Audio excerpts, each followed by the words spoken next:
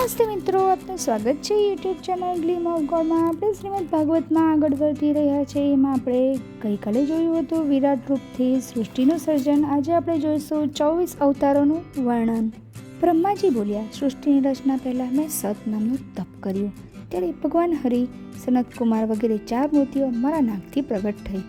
એ ચારેય હંમેશા 5 વર્ષની અવસ્થામાં જ રહે છે. એ તેમનો પ્રથમ અવતાર. સર્વપ્રથમ પ્રલયકાળમાં મેં પૃથ્વીની રચના કરી.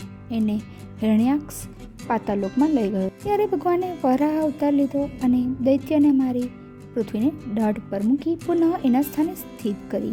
એ બીજો અવતાર. ત્રીજા અવતારમાં ઋષિ સર્ગનો આશ્રય લઈ દેવર્ષિ નારદના રૂપમાં પંચરાત્ર શાસ્ત્રનો ઉપદેશ આપ્યો, જેનાથી મનુષ્યને કર્મબંધનોથી મુક્તિ મળે છે. ચોથા અવતારમાં ધર્મની પત્ની મૂર્તિના ગર્ભથી તેમણે નર નારાયણ નામથી અવતાર લીધો. તેમણે એ અવતારમાં ઘણી જ મુશ્કેલ તપસ્યા કરી ઇન્દ્રિયો પર સંયમ મેળવ્યો. ભગવાન કપિલ 5મો અવતાર થયા. એમણે પોતાની માતાને બ્રહ્મ વિદ્યાનો દિવ્ય ઉપદેશ આપ્યો. મહર્ષિ અત્રિની પત્ની અંશુયાથી દત્તાત્રેય નામનો 6થો અવતાર થયો. ધ્રુવના કષ્ટો દૂર કરવા માટે ભગવાનનો વિષ્ણુ નામક 7મો અવતાર થયો. રાજા વેન મહાદુરાચારી હતો. એને ઋષિઓએ ભસ્મ કરી દીધો. રાજાના અભાવમાં અરાજકતા ફેલાઈ ગઈ. બ્રાહ્મણોએ વેનના મૃત શરીરનું મંથન કર્યું. તેથી ભગવાને એનાથી પૃથુ નામનો 8મો અવતાર લીધો અને પૃથ્વીને દુર્લભ રત્ન તથા ઔષધિઓ પ્રાપ્ત થઈ. રાજા નાભીની પત્ની મેરુદેવીના ગર્ભથી ઋષભદેવ નામનો 9મો અવતાર થયો. એ પરમ અવધૂત હતા. ત્યારબાદ મેં યજ્ઞ કર્યો. આ યજ્ઞથી હયગ્રીવ નામક 10મો અવતાર થયો. એના નાકના વાયુથી વેદવાણી ઉત્પન્ન થઈ. 11મો મત્સ્ય અવતાર હતો. સમુદ્ર મંથન વખતે પૃથ્વીને બચાવવા માટે કુર્મ નામનો 12મો અવતાર થયો. પ્રહલાદની રક્ષા માટે 13મો અવતાર નૃસિંહ થયો, જેણે હિરણ્યકશ્યપનો વધ કર્યો. એકવાર સરોવરમાં એક ગજનો પગ ગ્રહે પકડી લીધો. ત્યારે એ ગજની રક્ષા માટે ભગવાન સ્વયં આવ્યા. એ 14મો શ્રીહરિ અવતાર હતો. 15મો વામન અવતાર થયો. ભગવાન વામન રૂપ ધારણ કરી બલિ પાસે પહોંચ્યા.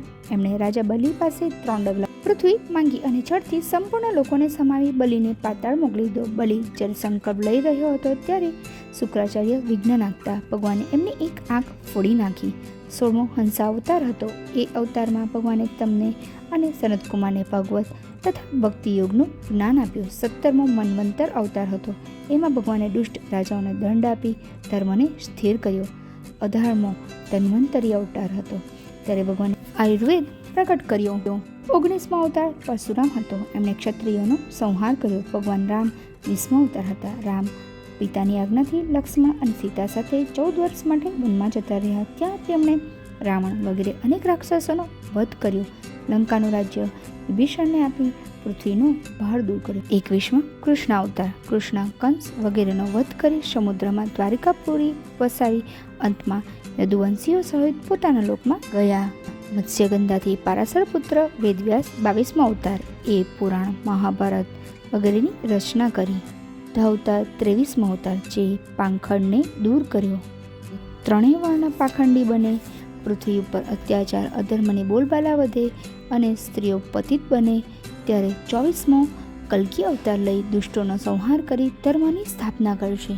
હે નારદ, આ 24 અવતારોનું સંક્ષિપ્ત વર્ણન છે. ભગવાનના મોહિની રૂપને જોઈ મહાદેવ પણ મોહિત થઈ ગયા હતા. તેમણે દૈત્યોને મોહિત કરી દેવતાઓને અમૃત પીવડાવે. અજ્ઞાની મનુષ્ય ભગવાનના આ અવતારોની કથા અવશ્ય વાંચે. જેના હૃદયમાં ભક્તિનો ઉદય થાય છે એને મુક્તિ મળે છે. જે બધામાં એક જ બ્રહ્મને જુએ છે એ જીવન મુક્ત છે.